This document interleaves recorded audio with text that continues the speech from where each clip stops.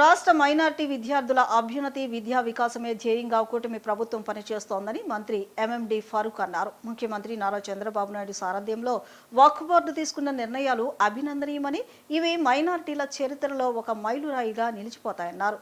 పేదరికంలో ఉన్న మైనార్టీ ఆడపిల్లలు, విద్యార్థులు ఉన్నత చదువుల నుంచి స్కూల్ డ్రాప్ అవుట్ కాకుండా ఉండేందుకు వక్ఫ్ బోర్డు తన సొంత వనరుల ద్వారా దాదాపు 5 కోట్ల ఖర్చుతో విద్యార్థులను చదివించేందుకు ముందుకు రావడం గొప్ప విషయమన్నారు. రాష్ట్ర మైనార్టీ సంక్షేమం వక్ఫ్ బోర్డు ఆధ్వర్యంలో స్థానిక తుమ్మలపల్లి కళాక్షేత్రంలో తాలిమే హునర్ టాలెంట్ టెస్ట్లో ఉత్తీర్ణులైన 250 మంది విద్యార్థులకు కాలేజ్ అలాట్మెంట్ సర్టిఫికేట్లు పంపిణీ కార్యక్రమానికి మైనార్టీ సంక్షేమ, న్యాయ, వక్ఫ్ మరియు ఉర్దూ అకాడమీ శాఖ మంత్రి ఎన్ఎండి ఫరూక్ హాజరయ్యారు. ఈ సందర్భంగా ఆయన మాట్లాడుతూ, గతంలో ముఖ్యమంత్రి నారా చంద్రబాబు నాయుడు పాలనా కాలంలో ముస్లిం విద్యార్థులు బాగా చదువుకుని మంచి స్థాయికి చేరుకున్నారన్నారు. రాష్ట్ర మైనార్టీ విద్యార్థుల అభ్యున్నతి, విద్యా వికాసమే ధ్యేయంగా వక్ఫ్ బోర్డు తీసుకున్న నిర్ణయాలు అభినందనీయమని, ఇవి మైనార్టీల చరిత్రలో ఒక మైలురాయిగా నిలిచిపోతాయన్నారు. పేదరికంలో ఉన్న మైనార్టీ ఆడపిల్లలు, విద్యార్థులు ఉన్నత చదువుల నుంచి స్కూల్ డ్రాప్ అవుట్ కాకుండా ఉండేందుకు వక్ఫ్ బోర్డు తన సొంత వనరుల ద్వారా దాదాపు 5 కోట్ల ఖర్చుతో విద్యార్థులను చదివించేందుకు ముందుకు రావడం గొప్ప విషయమన్నారు. 10వ తరగతిలో 450 మార్కులు తగ్గకుండా అర్హత సాధించిన విద్యార్థులకు ప్రత్యేక పరీక్ష ద్వారా ఎంపిక చేసి ఉచిత రెసిడెన్షియల్ విద్యా కార్యక్రమాన్ని అందిస్తున్నామన్నారు. తూర్పు ఎమ్మెల్యే గద్దె రామ్మోహన్ మాట్లాడుతూ, మైనారిటీలకు కూటమి ప్రభుత్వం అత్యంత ప్రాధాన్యతనిస్తుందన్నారు. ముఖ్యంగా విద్యార్థులకు అత్యుత్తమ విద్యనందిస్తుందన్నారు. చిన్న విషయం కాదు ఇది, డబ్బుతో కూడుకున్న పని. ఉపకేళ్ళతో కొట్లాడాలా, మళ్ళీ ఒక ఇన్స్టిట్యూట్లో ఉన్నది కన్విన్స్ చేయాలా, ఆ ఇన్స్టిట్యూట్ నుంచి మరి డబ్బు రావాలా, ఆ డబ్బును మీరు పిల్లల కోసం, బిడ్డల కోసం ఖర్చు పెట్టాలా. కాబట్టి ఇది ప్రభుత్వం తీసుకుంటే ఈ చర్య ప్రభుత్వంతో ఇబ్బంది అవుతుంది. ప్రభుత్వం అయితే చేయలేదు. ఎందుకంటే మనం తల్లికి వందనం వేయడానికే 15 లక్షల రూపాయలు 67 లక్షల మందికి ఒకరి కాదు, ఇద్దరు కాదు, దాదాపు 10 కోట్ల రూపాయలు అవుతా ఉంది. దీన్ని ఇంట్రొడ్యూస్ చేస్తే లక్షల కోట్లు అవుతాయి. ఇది ఒక ఇన్స్టిట్యూట్, గవర్నమెంట్ అనేది అందరికీ సంబంధించింది, ఇటు మైనార్టీలు కాదు, మెజార్టీలు కాదు. కాబట్టి మీ ఇన్స్టిట్యూట్ ద్వారా మీరు చేసుకుంటే నాకు ఎలాంటి అభ్యంతరం లేదండి నేను. ఎందుకంటే వక్ఫ్ బోర్డు ద్వారా మీరు ప్యూర్గా చేసుకుంటామంటే వెల్కమ్, నేను కాదను. కానీ మీరు భరించే శక్తి ఉందన్నారు. సోర్సెస్ కూడా ఏ రకంగా తీసుకురావాలని చెప్పి అజీజ్ గారు వాళ్ళ మిత్రులు చేసినందుకు ఆ సోర్సెస్ ద్వారానే ఈరోజు పిల్ల బిడ్డలు ఏదైతే కూర్చున్నారో వాళ్ళందరికీ దాదాపు 5 కోట్ల రూపాయలు ఖర్చు పెట్టి వాళ్ళని చదివించాలా, వాళ్ళకు ముందుకు తీసుకుపోవాలని చెప్పాను. వాళ్ళకు 450 మార్కులు మించకుండా ఎవరైతే పిల్లలు బాగా చదువుకొని ఆ స్టేజ్కి వచ్చినారో ఆ పిల్లలకి అనుమతి ఇస్తాను. మళ్ళీ పరీక్షలు రాయించి, మళ్ళీ నాతో కలెక్టర్లకు అందరికీ లెటర్ రాయించి మీరందరూ సహకరించాలా దీనికి ఎగ్జామినేషన్, ఎందుకంటే ప్రభుత్వం కూడా సహకరించాల్సిన అవసరం ఉంది అని చెప్పి ఎగ్జామ్స్ కండక్ట్ చేసి దాంట్లో లాటరీ సిస్టమ్గా మన ఇండియాలోనే నాతో చేయించినాడు. మన పిల్లలందరూ బాగా చదువుకొని ఉన్నారు. పిల్లలను పిలిచి అడిగాం, మీ ఫైనాన్షియల్ స్టేటస్ ఏమని అడిగాడు. ఆయన అడిగాను, నేను అడిగాను. తర్వాత కొంతమంది మెంబర్లు కూడా ఉన్నారు, చాలా పెద్దవారు. 10వ తరగతి చదివించుకోవడమే చాలా పెద్ద సంగతి, గమనీయంగా ఉంది. కానీ మళ్ళీ ఇంటర్మీడియట్ చదువుకోవాలంటే పిల్లలు ఎక్కడ డ్రాప్ అయిపోతారు, టాప్ అవుట్ అయిపోతారు. నాకు బాగా మర్చుకుంది, 40-45 సంవత్సరాల క్రితం నేనే ఈ సంస్థ కూడా నాతోనే ఉండేది. అప్పుడు చాలా పేదరికంలో ఉన్నారు. 4% కూడా మహిళలు ఎడ్యుకేషన్ లేదు. ఆ రోజు స్టాటిస్టిక్స్ తీసుకుంటే పిల్లలు చదువుకున్న వాళ్ళు ముస్లిమ్స్లో అమాంగ్ ముస్లిమ్స్ 20-25% మగవాళ్ళు లేరు, 4% ముస్లిం గారు కలిసి ఉన్నారు. ఇందాక షరీఫ్ గారు చెప్పారు రెసిడెన్షియల్ స్కూల్స్ అని చెప్పి. అప్పుడు ఆలోచన చేశాం. మరి ఎంతోమంది పెద్దలు ఇవాళ ఉన్న సందర్భం, విశేషం గురించి మాట్లాడటం జరిగింది. ఇది చాలా చాలా గొప్ప కార్యక్రమం, దీన్ని ఎవరో కూడా కాదనలేంది. ఇవాళ విద్య, ఎక్కడైతే విద్య ఎక్కువగా ఉంటుందో అక్కడ అభివృద్ధి కూడా ఎక్కువగా కనపడుతుంది. ఏ కుటుంబంలో విద్యార్థికులు ఉంటారో ఆ కుటుంబం యొక్క అన్ని విధాలుగా ఆ కుటుంబం ముందుకు వెళ్ళే అవకాశం ఉంది. అందువల్ల విద్య, ప్రతి ఒక్కళ్ళు విద్యలో ప్రప్రదంగా తల్లిదండ్రులు చిత్తశుద్ధితో తమ బిడ్డలు తమ పడుతున్న కష్టం తమ పిల్లలు పడకూడదని ఆలోచన చేసినాడే అక్షరాస్యత 100% వెళుతుందని నేను చెప్పగలుగుతాను. దానికి ప్రభుత్వాల సహకారం కూడా ఉంటుంది. అందులో నారా చంద్రబాబు నాయుడు గారు ముఖ్యమంత్రి అయిన దగ్గర నుంచి, మొట్టమొదటి ముఖ్యమంత్రి దగ్గర నుంచి ఈ రోజు వరకు నేను ఆయనతో పాటు శాసనసభ్యుడిగా ఉన్నాను. ఆయన మొట్టమొదటి నుంచి కూడా విద్య, ప్రతి పిల్లడు చదువుకోవాలి, చిన్నప్పుడే చదువు మానేసి తల్లిదండ్రులు పనులకు వెళ్ళడానికి వీల్లేదు, అవసరమైతే తల్లిదండ్రుల్ని మందలించైనా సరే పిల్లల్ని బడికి తీసుకురండి అని చెప్పిన సందర్భం, ఇంకా మించి అవసరమైతే తల్లిదండ్రులు పోలీస్ స్టేషన్లో కూర్చోబెట్టి పిల్లల్ని చదువులు తీసుకురామన్న సందర్భం, దాన్ని వక్రీకరించడానికి ప్రయత్నం చేసిన ఈరోజు ఆంధ్ర రాష్ట్రంలో విద్యార్థికులు రోజు రోజు పెరుగుతూ ఉన్నారంటే నారా చంద్రబాబు నాయుడు గారు 1995లో వేసిన పునాదులని నేను గర్వంగా చెప్పగలుగుతాను. ఈ రోజున ఈ ప్రాంతంలో ఇవాళ అజీజ్ గారు చేసిన ఈ గొప్ప కార్యక్రమం, తనపై గత కొద్ది రోజులుగా సోషల్ మీడియాలో జరుగుతున్న అసత్య ప్రచారాలపై విజయవాడ ఎంపీ కేశినేని చిన్ని స్పందించారు. ఈ సందర్భంగా మాజీ ఎంపీ కేశినేని నానిపై తీవ్ర ఆరోపణలు చేశారు. విజయవాడ చరిత్రలోనే దాదాపు 120 కోట్ల భారీ బ్యాంకు కుంభకోణం జరిగిందని, దీనికి సంబంధించిన ఆధారాలను మీడియా ముందుంచినట్లు తెలిపారు. జాతీయ బ్యాంకు నుంచి తీసుకున్న రుణాల విషయంలో 11 ఏళ్లుగా ఎందుకు చర్యలు తీసుకోలేదని ప్రశ్నించారు. నాని వినియోగిస్తున్న ఇల్లు, హోటల్ సహా పలు ఆస్తులు బ్యాంకు ఆధీనంలో ఉన్నాయని, వాటి ద్వారా వచ్చే ఆదాయం మాత్రం ఆయనకే వెళుతుందని ఆరోపించారు. ఈ వ్యవహారంపై సమగ్ర విచారణ జరిపి అన్ని వాస్తవాలను ప్రజల ముందుకు తీసుకురావాలని డిమాండ్ చేశారు. అలాగే రాజకీయ ప్రయోజనాల కోసం తెలుగుదేశం పార్టీకి వ్యతిరేకంగా వ్యవహరిస్తున్నారని కూడా విమర్శించారు. జాతీయ బ్యాంకు నుంచి తీసుకున్న రుణాల విషయంలో 11 ఏళ్లుగా ఎందుకు చర్యలు తీసుకోలేదని ప్రశ్నించారు. నాని వినియోగిస్తున్న ఇల్లు, హోటల్ సహా పలు ఆస్తులు బ్యాంకు ఆధీనంలో ఉన్నాయని, వాటి ద్వారా వచ్చే ఆదాయం మాత్రం ఆయనకే వెళుతోందని ఆరోపించారు. ఈ వ్యవహారంపై సమగ్ర విచారణ జరిపి అన్ని వాస్తవాలను ప్రజల ముందుకు తీసుకురావాలని డిమాండ్ చేశారు. అలాగే రాజకీయ ప్రయోజనాల కోసం తెలుగుదేశం పార్టీకి వ్యతిరేకంగా వ్యవహరిస్తున్నారని కూడా విమర్శించారు. గత 4 రోజులుగా కొంచెం ఆరోగ్యం ఇబ్బందిగా ఉన్నా పదే పాత్రికేయ మిత్రులు ఫోన్ చేసి గత 15 రోజుల నుంచి నా మీద సోషల్ మీడియాలో జరుగుతున్న ప్రచారాన్ని గురించి పదే అడుగుతున్న వల్ల అర్జెంటుగా బాగోపోయినా వాళ్ళు ప్రెస్ మీట్కి రావడం జరిగింది. నిజంగా మీరు చూపించిన అభిమానానికి ధన్యవాదాలు. అసలు విషయానికి వస్తే 2 విషయాల మీద ఇక్కడ నేను మాట్లాడదలుచుకున్నాను. మొదటి విషయం, విజయవాడ చరిత్రలో అతి పెద్ద బ్యాంకు స్కామ్. ఈ విషయం గురించి మొదటిగా మాట్లాడదలిచాను. రెండో విషయం ఏంటంటే, నా మీద సోషల్ మీడియాలో జరుగుతున్న, నా మీద కానీ నా కుటుంబం మీద కానీ నా కంపెనీల మీద కానీ జరుగుతున్న ప్రచారానికి రెండో విషయం సమాధానం ఇవ్వండి. మొదటి విషయానికి వస్తే, ఈ విజయవాడ నగరం ఎప్పుడు కూడా చిన్న వ్యాపారస్తులు, చిన్న వర్తకులతో బ్యాంకు లోన్లు తీసుకుని ఎప్పుడూ కూడా ప్రశాంతంగా వ్యాపారం చేసుకునే ఈ నగరంలో ఒక భారీగా ఎవరన్నా బ్యాంక్కి రుణపడి ఉన్నారంటే 4-5 కోట్లు రుణపడి ఉంటారు. కానీ ఈ నగర చరిత్రలోనే అతిపెద్ద భారీ కుంభకోణం మీ చేతికి పేపర్లు ఇస్తున్నారు. ఏంటంటే 120 కోట్లు, సుమారు 120 కోట్ల బ్యాంకు కుంభకోణం. ఇది విజయవాడ నగరంలో ఒక రికార్డు కుంభకోణం. ఎక్కడో బెంగళూరులో జరిగింది చూసాం, బాంబేలో జరిగింది చూసాం, హైదరాబాద్లో జరిగింది చూసాం, ఢిల్లీలో జరిగింది చూసాం. కానీ ఈ 120 కోట్ల కుంభకోణం విజయవాడ చరిత్రలోనే అతిపెద్ద భారీ కుంభకోణం. నిజంగా చూస్తే మీకు పేపర్లు కూడా ఇవ్వడం జరిగింది. నేను ఏది చెప్పినా కూడా సాక్ష్యాధారాలతోనే చెప్తా, అంతేగాని ఏదో సోషల్ మీడియాలో పసలేని ఆరోపణలు చేయను. మొదటి పేపర్ చూస్తే మీకు ఇచ్చిన మొదటి పేపర్లో 91 కోట్లు ఒక అకౌంట్ నెంబర్కి, రెండో అకౌంట్ నెంబర్కి 23,70,00,000, అంటే సుమారుగా 115 నుంచి 120 కోట్ల భారీ కుంభకోణం. అది కూడా ఒక ఇండియన్ ఓవర్సీస్ బ్యాంకులో జరిగింది. ఈ జరిగిన దానికి బ్యాంకు వారు 2 లెటర్లు కూడా రాశారు ఈ కుంభకోణం చేసిన వ్యక్తికి. ఆ పేర్లు కూడా మీకు క్లియర్గా ఉన్నాయి. అంతేకాకుండా రిసీవ్ చేసుకున్న వ్యక్తి యొక్క సంతకాలు కూడా, నేను రిసీవ్ చేసుకున్నానన్న సంతకాలు కూడా ఇక్కడ మీకు ఉన్నాయి. అది ఎవరో కాదు, మన మాజీ ఎంపీ, రోజు ఫేస్బుక్లోనో ట్విట్టర్లోనో రెట్టలేసే ఒక మాజీ ఎంపీ తీసుకున్న రుణం. ఈ రుణం చూస్తే 120 కోట్లు. మరి మా విజయవాడ వాసులు అందరూ కూడా ఆశ్చర్యపోయే రీతిగా 120 కోట్లు రుణం తీసుకున్నారు. దొంగలు ఏదన్నా ఇంట్లో దొంగతనం చేస్తున్నారేమో.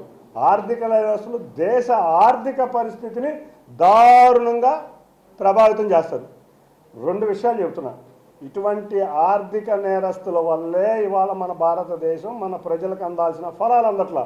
ఒక ఎంపీ కింద, ఒక ప్రజాప్రతినిధిగా నేను బ్యాంకు వారిని ఒకటే క్వశ్చన్ చేస్తున్నా, ఎందుకు ఈ స్కామ్ని మీరు బయట పెట్టట్లేదు? ఇదిగో మీ లెటర్లన్నీ ఇస్తున్నా. ఒక రైతుకి, ఒక కూలీకి, ఒక ఆటో డ్రైవర్కి, ఒక స్కూటర్కి, ఒక హౌస్ దీనికి చేసే వ్యక్తులకి వెంటనే సీజ్ చేసేవాళ్ళు మీరు 11 సంవత్సరాల నుంచి ఆస్తులు అనుభవించుకుంటా, ప్రజల ఆస్తులతో షికారులు తిరుగుతా, ప్రజల ఆస్తుల్లో పార్టీలు చేసుకుంటా, ప్రజలు ఇచ్చిన ఇంట్లో ఉంటా, ₹1 కూడా తీసుకుంటా, వచ్చే ఆదాయాల్లో కూడా హోటల్లో కానీ, హోటల్ రన్ అవ్వట్లేదా? మీ అందరికీ తెలుసుగా హోటల్ రన్ అవుతుందని. మరి దాని డబ్బులు ఏమవుతున్నాయి? ₹1 బ్యాంక్కి వెళ్ళిందా? మహిళల అభ్యున్నతికి టీడీపీ ఎల్లప్పుడూ పెద్దపీట వేస్తోందని సెంట్రల్ ఎమ్మెల్యే బొండా ఉమా తెలిపారు. పార్టీ నాయకత్వంపై నమ్మకంతో మహిళా నాయకులు అందరూ కలిసికట్టుగా పనిచేసి పార్టీని మరింత బలోపేతం చేయాలని పిలుపునిచ్చారు. సింగనగర్లోని సెంట్రల్ నియోజకవర్గ శాసనసభ్యుల కార్యాలయంలో ఎమ్మెల్యే బొండా ఉమా ఆధ్వర్యంలో తెలుగుదేశం పార్టీ సెంట్రల్ నియోజకవర్గ తెలుగు మహిళా నూతన కమిటీ అధ్యక్షురాలుగా మాజీ కార్పొరేటర్ పైడి తులసిని నియమించి నియామక పత్రాన్ని అందజేశారు. ఈ సందర్భంగా బొండా ఉమా మాట్లాడుతూ 2024లో కూటమి ప్రభుత్వం అధికారంలోకి వచ్చిన అనంతరం పార్టీ అనుబంధ విభాగాలన్నింటినీ పునర్వ్యవస్థీకరించడం జరిగిందన్నారు. పార్టీ కోసం అంకిత భావంతో పనిచేసిన మహిళా నాయకురాలు దాసరి ఉదయశ్రీకి గతంలో మహిళా కమిటీ అధ్యక్షురాలుగా అవకాశం కల్పించామని, అనంతరం ఆమెను రాష్ట్ర కమిటీలో సిఫార్సు చేయగా పార్టీ జాతీయ అధ్యక్షులు నారా చంద్రబాబు నాయుడు అవకాశం కల్పించారని తెలిపారు. పార్టీ విధానమైన ఒక వ్యక్తికి ఒకే పదవి సూత్రంలో భాగంగా మహిళా కమిటీకి కొత్త అధ్యక్షురాలిని నియమించాల్సిన అవసరం ఏర్పడిందన్నారు. గతంలో కార్పొరేటర్గా, అనంతరం మహిళా కమిటీ ప్రధాన కార్యదర్శిగా సమర్థవంతంగా పనిచేసిన అనుభవం కలిగిన పైడి తులసిని అధ్యక్షురాలిగా ఎంపిక చేసినట్లు వెల్లడించారు.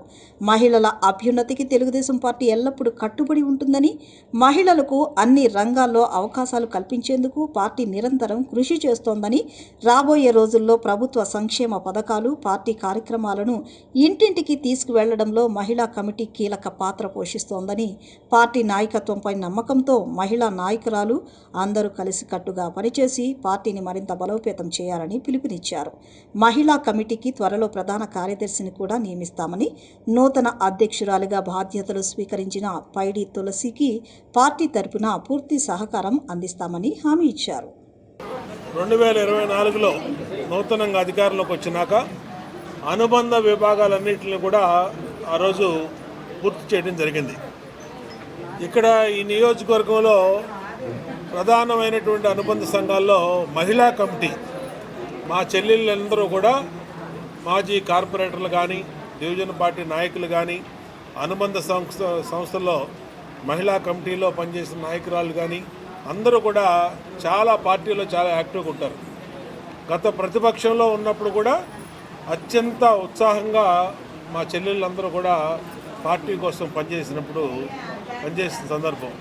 తర్వాత ఎన్నికల్లో అధికారంలోకి వచ్చినాక దాసరి ఉదయశ్రీని మహిళా అధ్యక్షురాలుగా నియమించాం. మరి తర్వాత మెయిన్ కమిటీలోకి తనని స్టేట్ కమిటీలోకి రికమెండ్ చేశాం. స్టేట్ కమిటీలో మరి చంద్రబాబు నాయుడు గారు అవకాశం ఇచ్చారు మహిళగా. కాబట్టి ఇప్పుడు మళ్ళా కొత్త మహిళా అధ్యక్షురాలని నియమించవలసినటువంటి అవసరం ఏర్పడింది. ఒక వ్యక్తికి ఒకే పోస్ట్ అనేది మన పార్టీ విధానం. దాంట్లో భాగంగా ఇప్పుడు మాజీ కార్పొరేటరు, ప్రస్తుత మహిళా కమిటీకి ప్రధాన కార్యదర్శిగా ఉన్నటువంటి మా చెల్లెలు పైడి తులసిని అధ్యక్షురాలుగా ఈరోజు ఎన్నిక చేసి నియామక పత్రం అందజేశాం. త్వరలో ప్రధాన కార్యదర్శిని కూడా నియమిస్తాం. ఖచ్చితంగా ఏ మహిళల అభ్యున్నతి కోసం ఈ పార్టీ పెట్టారో ఆ మహిళల్ని అన్ని రకాలుగా ప్రోత్సహించేదానికి పార్టీ ముందుంటుంది. ఈ నియోజకవర్గంలో మాత్రం మహిళా అనుబంధ సంస్థ, మహిళా శక్తి తిరుగులేని శక్తిగా ఉంటుంది. రాబోయే రోజుల్లో ఓటర్ల ఎన్యూమరేషన్లో కానీ, పార్టీ సంక్షేమ కార్యక్రమాలు ఇంటింటికి తీసుకెళ్లడంలో కానీ, మరే పార్టీ ప్రోగ్రాంలో కానీ చురుగ్గా మా చెల్లెళ్ళందరూ కూడా కలిసికట్టుగా ఒకే వర్గంగా, ఒకే మాట మీద, పార్టీ మాట మీద, నియోజకవర్గ శాసనసభ్యుడిగా నా మాట మీద కలిసికట్టుగా అందరూ కూడా పనిచేస్తారు. పనిచేయటం అనేది గతంలో నుంచి కూడా వీళ్ళకి అలవాటు. యోగాను ప్రతి ఒక్కరి దైనందిక జీవితంలో భాగంగా మార్చుకోవాలని జిల్లా కలెక్టర్ లక్ష్మీషా తెలిపారు. విద్యార్థులు నిత్యం యోగా చేయడం వల్ల ఏకాగ్రత, జ్ఞాపక శక్తి, మానసిక ప్రశాంతత పెరిగి విద్యలో మెరుగైన ఫలితాలు సాధించగలరని పేర్కొన్నారు. ఆరోగ్యవంతమైన సమాజ నిర్మాణమే లక్ష్యంగా నిర్వహిస్తున్న యోగాంధ్ర 2026 కార్యక్రమాలు జిల్లాలో విస్తృతంగా కొనసాగుతున్నాయి. ఇందులో భాగంగా BRTS రోడ్డులో విద్యార్థుల థీమ్తో ప్రత్యేక యోగాభ్యాసన కార్యక్రమం నిర్వహించారు. ఈ కార్యక్రమంలో సుమారు 600 మంది విద్యార్థులు ఉత్సాహంగా పాల్గొని 45 నిమిషాల పాటు కామన్ యోగా ప్రోటోకాల్ను అభ్యసించారు. జిల్లా కలెక్టర్ డాక్టర్ జి. లక్ష్మీషా కార్యక్రమంలో పాల్గొని విద్యార్థులతో కలిసి యోగా సాధన చేశారు. యోగాను ప్రతి ఒక్కరి దైనందిన జీవితంలో భాగంగా మార్చుకోవాలనే లక్ష్యంతో యోగాంధ్ర కార్యక్రమాలు నిర్వహిస్తున్నట్లు ఆయన తెలిపారు. విద్యార్థులు నిత్యం యోగా చేయటం వల్ల ఏకాగ్రత, జ్ఞాపక శక్తి, మానసిక ప్రశాంతత పెరిగి విద్యలో మెరుగైన ఫలితాలు సాధించగలరని పేర్కొన్నారు. పార్కులు, గ్రామాలు, వార్డులు, ప్రజా ప్రదేశాల్లో నిరంతరం యోగా కార్యక్రమాలు నిర్వహిస్తూ ప్రజల్లో అవగాహన పెంచుతున్నామని, విద్యార్థులు, యువత, మహిళలు, వృద్ధులు సహా అన్ని వర్గాలను ఇందులో భాగస్వామ్యం చేస్తున్నామని కలెక్టర్ వెల్లడించారు. ఆరోగ్యకరమైన జీవన శైలికి, ఆరోగ్యవంతమైన సమాజ నిర్మాణానికి యోగా ఉత్తమ సాధనమని ఆయన పేర్కొన్నారు.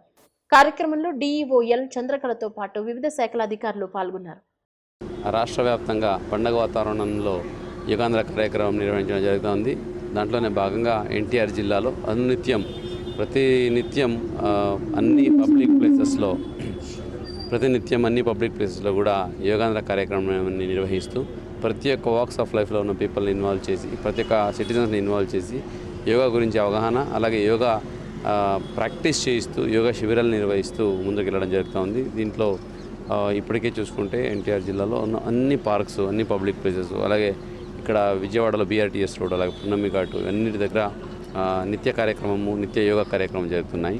దీంట్లో ప్రతి ఒక్కరు పాల్గొంటున్నారు. దీని ముఖ్య ఉద్దేశం హెల్తీ, వెల్తీ, హ్యాపీ ఆంధ్రప్రదేశ్ని సాధించడం. హెల్తీ, వెల్తీ, హ్యాపీ ఆంధ్రప్రదేశ్ సాధించాలంటే ప్రతి ఒక్కరూ ఈ కామన్ యోగా ప్రోటోకాల్ అయితే ఉంది దీన్ని పాటించాలి. వచ్చే జూన్ 21వ తారీఖున అంతర్జాతీయ యోగా దినోత్సవాన్ని పురస్కరించుకొని స్టేట్ లెవెల్ ప్రోగ్రామ్ కూడా ఇక్కడే జరగబోతా ఉంది. దీనికి ఆయుష్ డిపార్ట్మెంటు, మెడికల్ డిపార్ట్మెంటు, అలాగే అన్ని departments, school education, transport department, agriculture department, ప్రతి ఒక్క డిపార్ట్మెంట్ అనుసంధానంతో ఈ కార్యక్రమం చేయడం జరుగుతూ ఉంది. ప్రతి ఒక్కరు ప్రజల్లో కొత్త చైతన్యం వచ్చింది. ప్రతి ఒక్కరు యోగా గురించి, యోగా బెనిఫిట్స్ గురించి మాట్లాడుకోగలుగుతున్నారు, దాని గురించి తెలుసుకోగలుగుతున్నారు, చాలామంది ప్రాక్టీస్ చేయగలుగుతున్నారు. ఈ కామన్ యోగా ప్రోటోకాల్ అనేది సింపుల్ యోగా ఆసనాలు ఉంటాయి, ఈ అతి క్లిష్టమైనవి ఉండవు. ప్రతి ఒక్కరూ ప్రాక్టీస్ చేసుకోవచ్చు, అలాగే ప్రతిరోజు చేయవచ్చు, ఏ సమయంలోనూ చేసుకోవచ్చు. ఉదయం కావచ్చు, ఆఫ్టర్నూన్ కావచ్చు, లేదా ఈవినింగ్ కావచ్చు, ఆఫీస్ అవర్ తర్వాత కూడా చేసుకోవచ్చు. దీనివల్ల చాలా మినిమం ఎఫర్ట్తో మ్యాక్సిమం బెనిఫిట్ ఉంటుంది. ఈ లైఫ్ స్టైల్ డిసీజెస్ ఏదో ఉంటాయో ఇవన్నిటికీ ఉపశమనం దొరుకుతుంది. కాబట్టి దీన్ని ప్రతి ఒక్కరు ప్రాక్టీస్ చేసి యోగాంధ్రాన్ని ఒక ఉద్యమంలాగా ముందుకు తీసుకెళ్తూ ప్రతి ఒక్కరు ఆరోగ్యంగా ఉండాలని ఈ సందర్భంగా కోరుకుంటున్నాను. రాజధాని నిర్మాణంలో బీజేపీ భాగస్వామ్యాన్ని ప్రజలకు తెలియచేయాలని ఆ పార్టీ రాష్ట్ర అధ్యక్షుడు PVN మాధవ్ పార్టీ శ్రేణులకు పిలుపునిచ్చారు. రాష్ట్రానికి 14 లక్షల కోట్ల పెట్టుబడులు వచ్చాయని ఆయన వివరించారు. రాష్ట్రంలో జరుగుతున్న అభివృద్ధిని, వస్తున్న పెట్టుబడుల గురించి ప్రజలకు కళ్లకు కట్టినట్లు వివరించాలని స్పష్టం చేశారు. కీటకాల పేరుతో పార్టీలను స్థాపిస్తున్నారని, వాటి వెనుక ఉన్న వికృత శక్తులను గుర్తించాలని ఆయన కోరారు. బీజేపీ రాష్ట్ర కార్యాలయంలో యువమోర్చా రాష్ట్ర పదాధికారుల సమావేశాన్ని నిర్వహించారు. ఈ సమావేశంలో పార్టీ శ్రేణులను ఉద్దేశించి రాష్ట్ర అధ్యక్షులు మాధవ్ ప్రసంగించారు. ప్రధాని నరేంద్ర మోదీ సాధారణ జీవితాన్ని గడుపుతూనే ప్రపంచ స్థాయి నాయకుడిగా ఎదగడం అందరికీ గర్వకారణమన్నారు. అనితర సాధ్యమైన అభివృద్ధి కార్యక్రమాలను చేసి మచ్చలేని నాయకుడిగా మోదీ కీర్తి గడించారని కితాబిచ్చారు. దేశ అస్థిరత్వాన్ని కాపాడేందుకు బీజేపీ కృషి చేసిందని, 2047 వికసిత్ భారత్ లక్ష్యంగా పనిచేస్తోందని తెలిపారు. సర్ పట్ల ప్రతి ఒక్కరూ అవగాహన పెంచుకోవాలని, అర్హులైన వారందరినీ ఓటర్లుగా చేర్చాలని సూచించారు. శ్రీకాకుళం నుంచి తడ వరకు 10 లక్షల తాటి చెట్లను నాటాలనే లక్ష్యంగా పెట్టుకున్నట్లు మాధవ్ తెలియజేశారు. రైల్వే జోన్ ఎలా వచ్చింది, పోలవరం ప్రాజెక్టు, అమరావతిలో బీజేపీ భాగస్వామ్యం వంటి అనేక అంశాలను ప్రజల్లోకి తీసుకువెళ్లాలని పిలుపునిచ్చారు. దేశాభివృద్ధి చూసి ఓర్వలేక కొన్ని వికృత శక్తుల వెనుక ఉండి కీటకాల పేరుతో పార్టీని స్థాపించాయని, వాటి పట్ల అప్రమత్తంగా ఉండాలని సూచించారు. రాష్ట్రానికి 14 లక్షల కోట్ల పెట్టుబడులు వచ్చాయని ఆయన వివరించారు. రాష్ట్రంలో జరుగుతున్న అభివృద్ధిని వస్తున్న పెట్టుబడుల గురించి ప్రజలకు కళ్లకు కట్టినట్లు వివరించాలని స్పష్టం చేశారు. ఈ కార్యక్రమంలో పలువురు పార్టీ నాయకులు, కార్యకర్తలు పాల్గొన్నారు. ప్రపంచంలోనే ఏ నేతకి రాని విధంగా ఒక స్థాయి, అలాగే దాంతోపాటు ప్రపంచానికి మార్గదర్శనం వహించే విధంగా ఒక స్థాయి రావటం, అది కూడా మనలాంటి ఒక సాధారణ కార్యకర్తగా తన జీవితాన్ని ప్రారంభించి ఆ విధంగా వెళ్ళటం ఏదైతే ఉందో, ఇవాళ ప్రపంచంలో దేశంలోనే అత్యధిక కాలం ప్రధానమంత్రిగా ఉండటం, 4399 రోజులు పూర్తి చేసుకుని ఆయన యొక్క ప్రస్థానాన్ని ఏదైతే కొనసాగిస్తున్నారో మనందరికీ నిత్య స్ఫూర్తి ప్రదాత. ఆయన 12 సంవత్సరాల ప్రధానమంత్రిగా, 13 సంవత్సరాలు ముఖ్యమంత్రిగా, 25 సంవత్సరాల పాటు ఒక్కటంటే ఒక్క అవినీతి మచ్చ లేకుండా కొనసాగటం, అలాగే ఒక్కరోజు కూడా సెలవు తీసుకుపోవటం ఏదైతుందో నిజంగానే మనందరికీ కూడా స్ఫూర్తి ప్రేరణగా ఉండే ఒక గొప్ప సందర్భంలో మన యొక్క సమావేశాన్ని నిర్వహించుకుంటాం. 12 వసంతాల మన యొక్క భారతీయ జనతా పార్టీ ప్రభుత్వం కేంద్రంలో కొలువై అనేక రకాల అనితర సాధ్యమైన కార్యక్రమాలు చేసి నమ్మశక్యం కాని విషయాల్ని చేసి మనందరికీ కూడా ఒక స్ఫూర్తి ప్రేరణగా నిలిచింది. తప్పనిసరిగా ఈ దేశంలో ప్రపంచంలోనే అత్యధిక యువ జనత కలిగిన దేశం భారతదేశం. 40 సంవత్సరాల లోపున్న వాళ్ళు ప్రపంచంలో అత్యధికంగా ఏ ప్రాంతంలో ఉన్నారంటే అది మన దేశం. కనుక ఆ విధంగా డెమోగ్రఫిక్ డివిడెంట్ అని చెప్పి చెప్తారు. కనుక పుష్కలంగా ఆ డివిడెంట్ కలిగిన దేశంగా, ఆ సమృద్ధి కలిగిన దేశంగా మనందరిపైన గురుతర బాధ్యత ఉంది. తప్పనిసరిగా ఆ యొక్క స్ఫూర్తి మన ప్రాంతంలో తీసుకురావడానికి, ఆంధ్రప్రదేశ్లో దాన్ని తీసుకెళ్ళడానికి మన నేతతో పాటు మన పార్టీ ఏదైతే సిద్ధాంతాన్ని, అలాగే దానికి సంబంధించిన కార్యరచనని మన ముందుంచుందో వాటన్నిటిని కూడా మనం తప్పనిసరిగా ముందుకు తీసుకెళ్ళాలి. కూటమి ప్రభుత్వానికి డిఎస్సి బాధితులు సవాల్ విసిరారు. కూటమి ప్రభుత్వంతో ఎక్కడికైనా బహిరంగ చర్చకు సిద్ధమన్నారు. వైఎస్ఆర్సీపీ కార్యాలయానికి వచ్చిన డిఎస్సి బాధితులు టీడీపీ నేతలు ఫేక్ అంటూ తప్పుడు ప్రచారం చేస్తున్నారంటూ ఆగ్రహం వ్యక్తం చేశారు. క్రీడా కోటా పేరుతో జరిగిన అక్రమాలను బాధితులు వివరించారు. అధికారులు చెప్పేవన్నీ అబద్ధాలేనని మండిపడ్డారు. ఈ సందర్భంగా వైఎస్ఆర్సీపీ స్టేట్ కోఆర్డినేటర్ సజ్జల రామకృష్ణారెడ్డి మాట్లాడుతూ డిఎస్సి స్పోర్ట్స్ కోటాలో అవకతవకలు జరిగాయని, డిఎస్సిలో జరిగిన అవినీతిపై వైఎస్ఆర్సీపీ గట్టిగా నిలదీస్తుందన్నారు. యువత భవిష్యత్తుతో కూటమి ప్రభుత్వం చెలగాటమాడుతుందని ఆయన మండిపడ్డారు. బెదిరింపులను అడ్డుకోవడానికి అడ్డంగా ఉంటామని, అర్హులైన అభ్యర్థులకు ప్రభుత్వం న్యాయం చేయాలని సజ్జల డిమాండ్ చేశారు. డిఎస్సిలో కుట్రపూరితంగా వ్యవహరించారని, విద్యాశాఖ మంత్రి తప్పు ఒప్పుకొని సిబిఐ విచారణ జరిపించాలన్నారు. డిఎస్సి రాసి క్వాలిఫై అయితేనే ఉద్యోగం ఇవ్వాలి. డిఎస్సి అభ్యర్థుల పోరాటంలో న్యాయ సహాయం అందిస్తామని సజ్జల రామకృష్ణారెడ్డి పేర్కొన్నారు. ఇప్పుడు చిన్న విరామం తీసుకుందాం.